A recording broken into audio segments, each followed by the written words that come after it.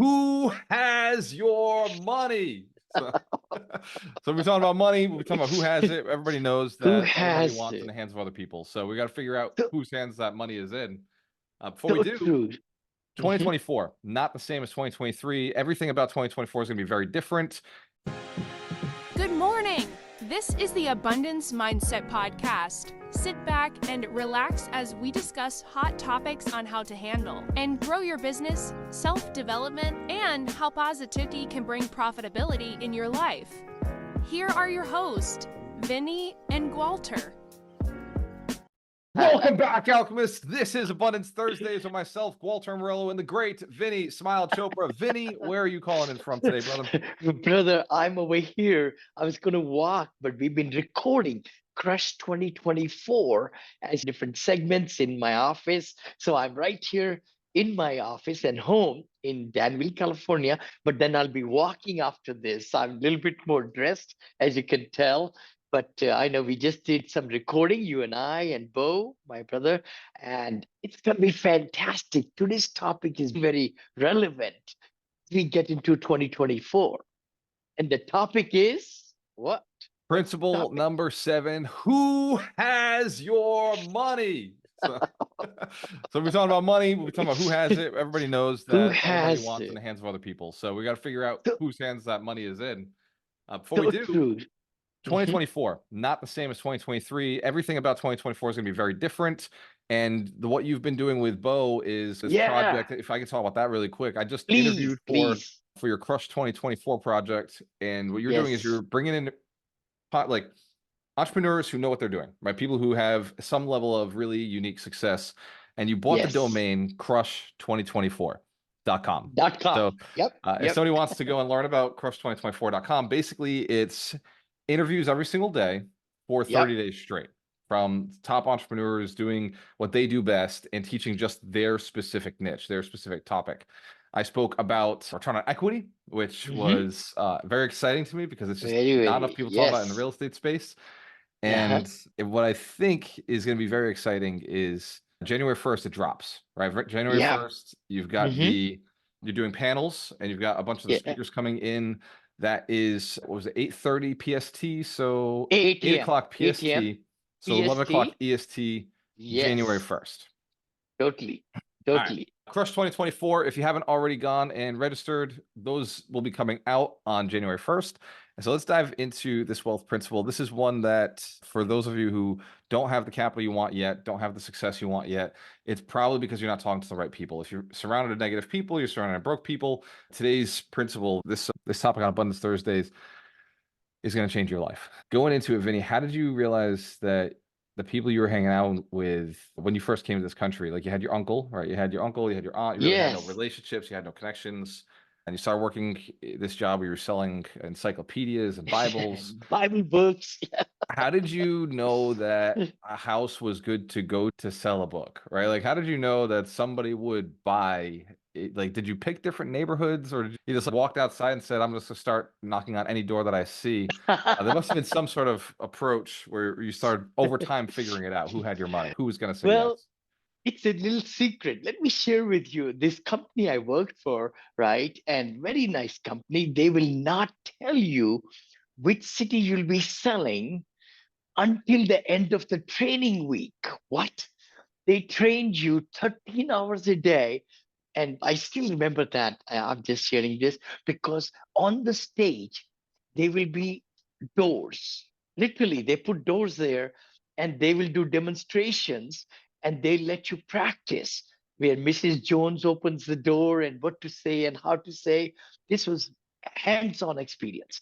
But they would not tell you where you are selling in territory so that you have preconceived ideas of is that a good territory or a bad territory. And the last day at 11 o'clock, and you have to leave next morning, they tell you where you are going. And they'll send you away from your college, away from your university, because they don't want you to come back. You chicken out in few days and you say, you know what, it's too hard to do door-to-door selling, getting slammed doors and all that. Anyway, so That's how it happened. So we did not control which city we were to go. In my case, they sent me to Austell, Mableton, Georgia, my first summer. Second summer, Pulaski, Virginia. Third summer, Aiken, South Carolina. And I came to know that later on. So essentially, what you're saying is who's got the money? See, it's all in the mindset. If you say that people around me have a lot of money, you will find people with money. But if your mindset is, hey, nobody's got money around me, I cannot help them to buy my service or my whatever product I'm selling, or if I'm getting, like in my case, indicator investors to bring in money of 100, 250, 500,000. If I don't believe in it, people don't have it, they don't. So we But we we know at the highest level, right? The highest level, yeah, the most important muscle that really wealthy people focus on is mindset. And totally. so to give a person, because most people who are just starting don't understand this concept. They can't grasp, okay, I'm just going to think about everybody around me having money. And they're like, it doesn't work. So like Yeah, going even deeper down to deeper. something that a Yeah, person just getting into this doesn't understand anything about mindset would be able to grasp. You yeah, you went to any neighborhood, it didn't matter, and you didn't yeah. qualify your leads No, until you were talking to them.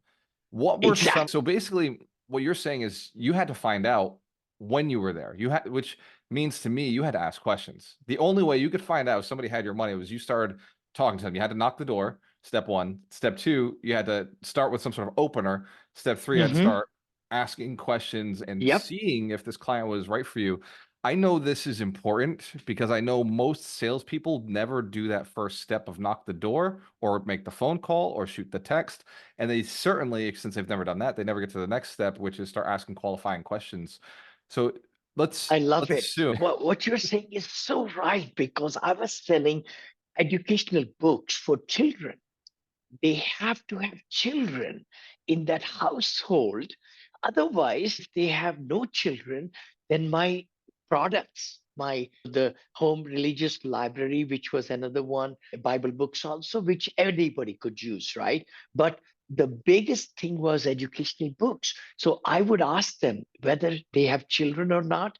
Once I got to know one person, because you are walking to the next door, brother, you don't have a car. I never had a car first year. Second year, I had a car.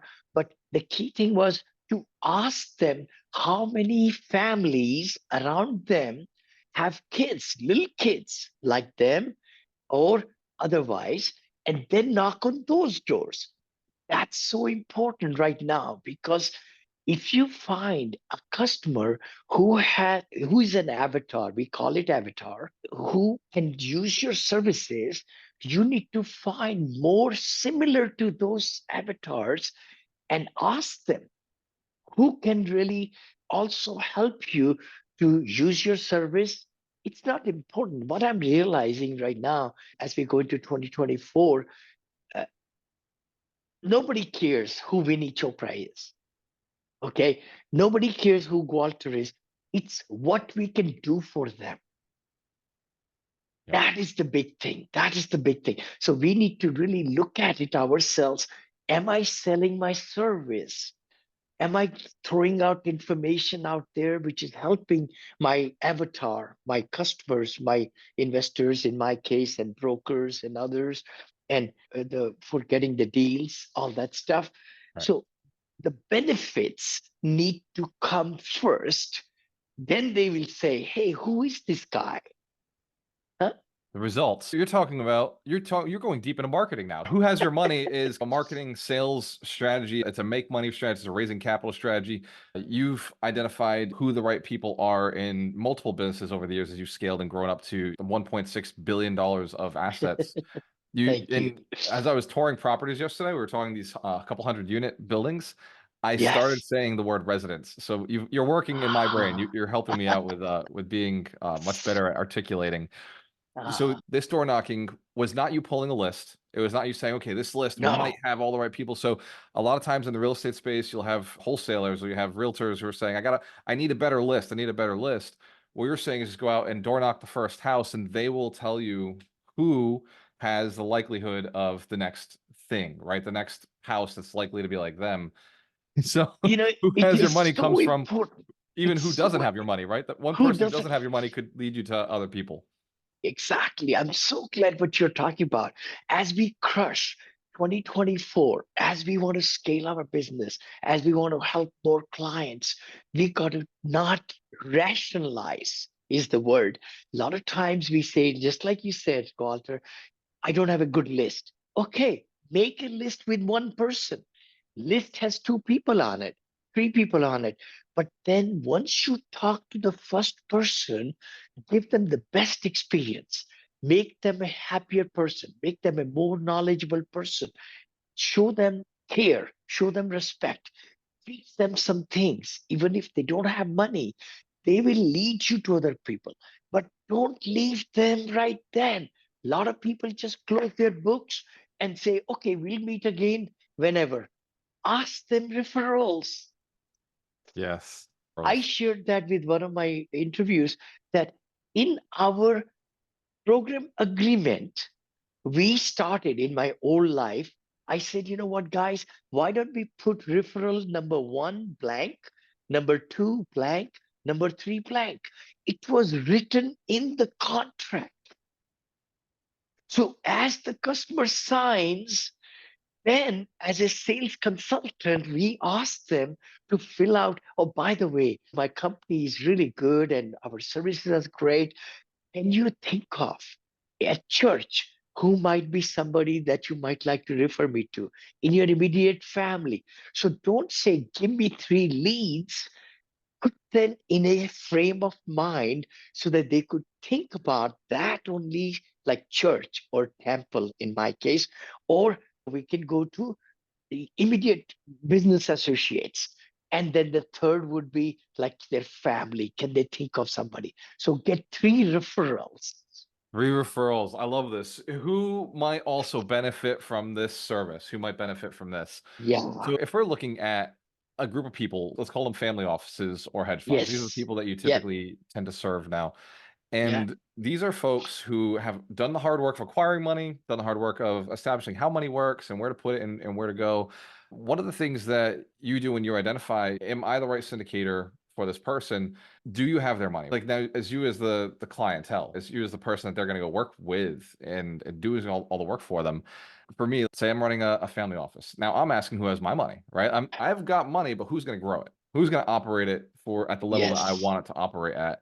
And so now, like for me, I'm looking at security, I'm looking Yep. at growth, I'm looking Hmm. at experience, and I'm looking Yep. at, is this something that I can understand or that this operator can teach me and educate me? And I'm just thinking, look, with my own money, right? So I have $600,000 that I have out in other Yep. people's projects.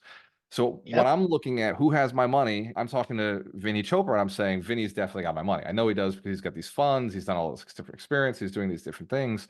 That actually would work in the referral space too, wouldn't it? Like I could say, hey Vinny, who do you know? Like I've invested now with you. Who else might have a deal or what other deals do you have available that I could work with? And you've got a big option of different ways for a person to invest.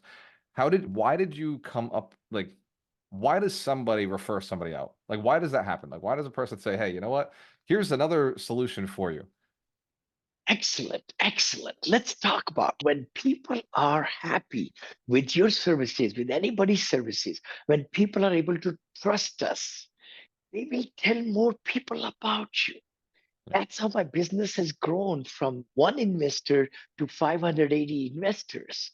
The reason is just by them getting the satisfaction of getting the returns, Yeah. then people brag about. If they make good returns, they tell their family about it. They tell on a dinner table, they talk to their colleagues at a coffee break or like that. Hey, where are you investing money? I know Vinny Chopra, who has been doing these things for many years. He's got proven track record. That's how you grow businesses. You've got to make sure you leave everybody as a happy, delighted customer, client, not customer, but client. And always look at anybody you meet as 20x. See, that's the other powerful thing. Don't think that they're going to put only $100,000. In my case, I look at 2 million, 20x, because with their referrals and with their own family, with their own trees and everything, if you are good enough, if Vinny is good enough, he'll reach out to them slowly, and then you'll be able to capture and let them really see what you're offering. It may not be the right time today. See, that's the other part. People really miss out. They want a sale today, which is sad, very sad, because Yeah. you put pressure on the other side, the prospect, right? You put pressure if you're really saying, I got to close to make commission. Whenever I did that, I never made sales. Same. But Yeah. isn't that true? Yeah, yeah. It's actually you bringing something up to me. I get asked Dorina. Dorina will ask me, right? I think women are great for this. Yeah, but who has your money today is a question that she'll change. I'm like, oh, well, this project I'm doing is gonna make me so much money. All my investors are gonna make so much money. It's huge. And she said, that project's gonna take you 2 years. That's gonna take you 3 years. Who has your money Yeah, today? yeah, And when I was an agent, that answer was usually the deal I already have under agreement. How do I close it faster? How do I make sure the bank is closing? How do I make sure the attorneys are closing? yeah, Like all of the things to get a deal closed. It was like if I yes. just close what I've already got under agreement, that's usually today's money. But I want to shift this to a third way to look at this: who has your money principle. Um, right now, there are asset classes. There are different. So I want to shift and go to this a whole other level of who has your money. So you, Vinny Chopra, are looking at these different asset classes. You got these different funds. You've got the Mhm, hospitality mhm. fund. You've got your residential assisted living fund. You've got Yes. multifamily investment, which you have years and years, decades of experience in. And then you have Bitcoin, and you Mhm. have businesses, right? You have cybersecurity, and you have accounting, and you have these different Yeah. businesses from students and partners, and you're putting your money and your time and your energy into these different asset classes. What are some of the things that you ask to identify before you allow your money, your investors' money to get into a deal? What are some of the questions that you do so that like this person or this asset class has my money? Has the money you're going to invest is going to grow? What are some of the questions you ask somebody? Very good point. Very good point. See, the thing is, in my And actually, field, let me uh-huh, rephrase that. yeah. What are the questions you ask an asset class? Right? What are the questions you ask an asset class versus a person? What do you make that asset class answer for you? See, the thing is, you have to have a little bit tunnel vision. I don't like when a lot of operators say, I'm good at this and this and this, but you got to narrow your focus, get good at it. Because we stayed in that 40 deals or so, multifamily. Even the assisted living was multifamily. Hotels, multifamily, it's units, right? But we never got into office space. We didn't get into shopping centers or land purchases and waiting on those or build to rents. We didn't get into those, but stay the course. And that's what I find people get better if they stay in the course. Then you get better at it, then you take a second asset class. That's what I would say. Then after you get good at that, then you go to third asset class. But in the investors, go for accredited investors.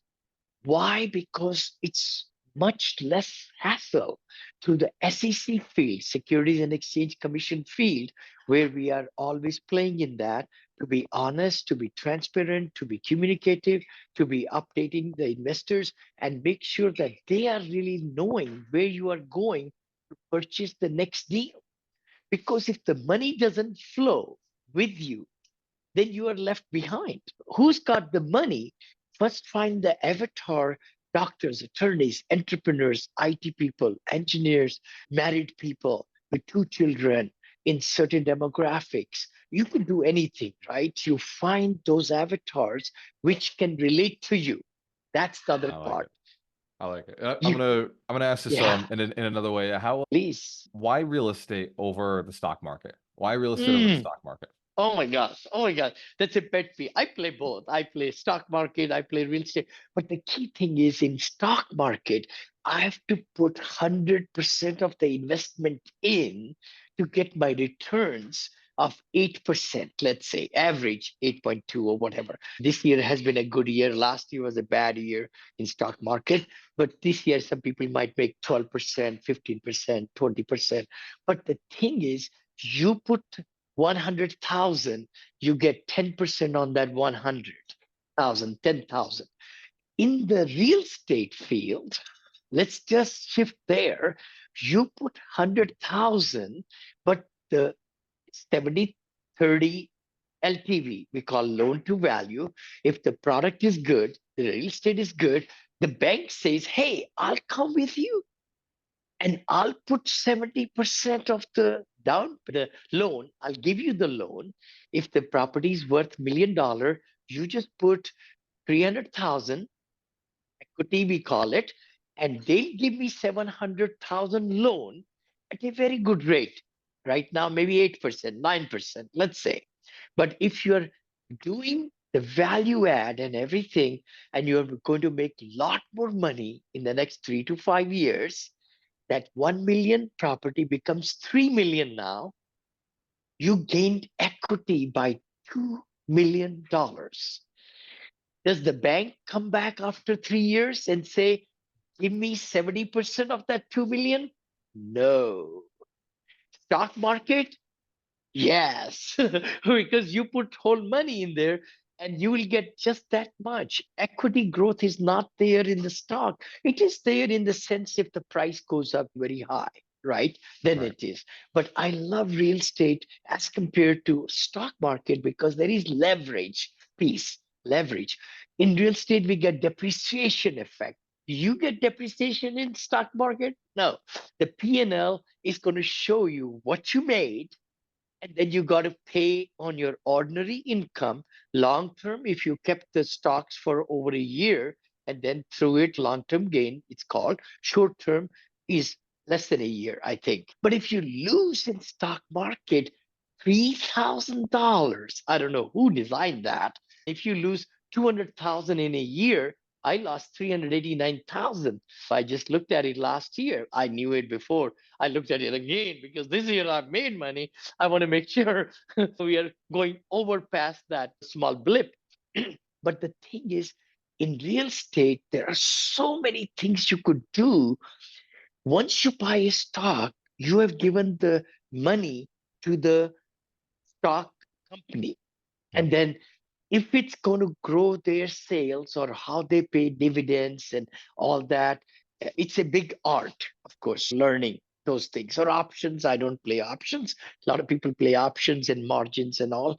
But in real estate, you can control it. I love that fact that it's a physical thing. You could see the residents paying rents and all. You could change the rents, which in stock, you cannot really do anything to change the direction of the company. You just look at their board and make sure that their product is good and all that.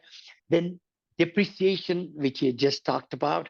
And then the other part is the value add, which is huge, that you are able to control the outcome of the valuation of multifamily or strip shops, anything, any business. This is too cool. I have to jump because I have 30 seconds before the recession proof challenge starts. Yes, yes, yes, I know we normally do this call earlier, so we have more time, but yes, we just got yeah. into No, some of the no, coolest it's things. I'd like to do more of this. I know on January 13th, we're doing names on deeds. I'd like to, when you yes, come in, I'd like to talk about specifically, maybe just love expand to, on the love to. differences between the stock market and real estate and just go really deep into that. Vinny, before we jump off for our, I know you're doing more of interviews for Yes, Crush 2024. What is a piece of yes. advice you'd give for somebody who is looking to scale up their income and they're looking to find out who has their money and do some work this year? What do you think is the biggest thing stopping people from making more money? And what advice would you give a person who's looking to actually reach their goals, maybe go beyond them this year? The biggest thing is goal setting. As we enter January 2024, I would highly recommend everybody to look at what happened this year, good, bad, ugly, but then find out what you're going to change to grow that business or to grow the clientele. The biggest thing, revenue comes from helping more people, solving bigger problems. So put it down on a plain sheet of paper. How can you support? How can you solve bigger problems? This is Abundance Thursdays with myself, Gualter Amarello, and the great Vinny Smile Chopra. We'll be back next Thursday at Yes, 9 a.m. PST, 12 yes. p.m. EST. Cheers to your success. We have a choice. Always work with the best. Thank you. Thank you, Thank Vinny. you. I'll see you in the next one. Thank Merry you, Christmas, Gualter, brother. brother. Merry Christmas to you. Bye bye.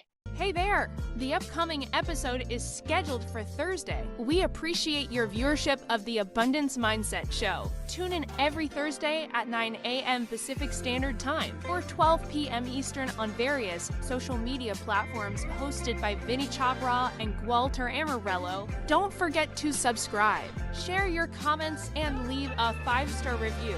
Thank you for your support.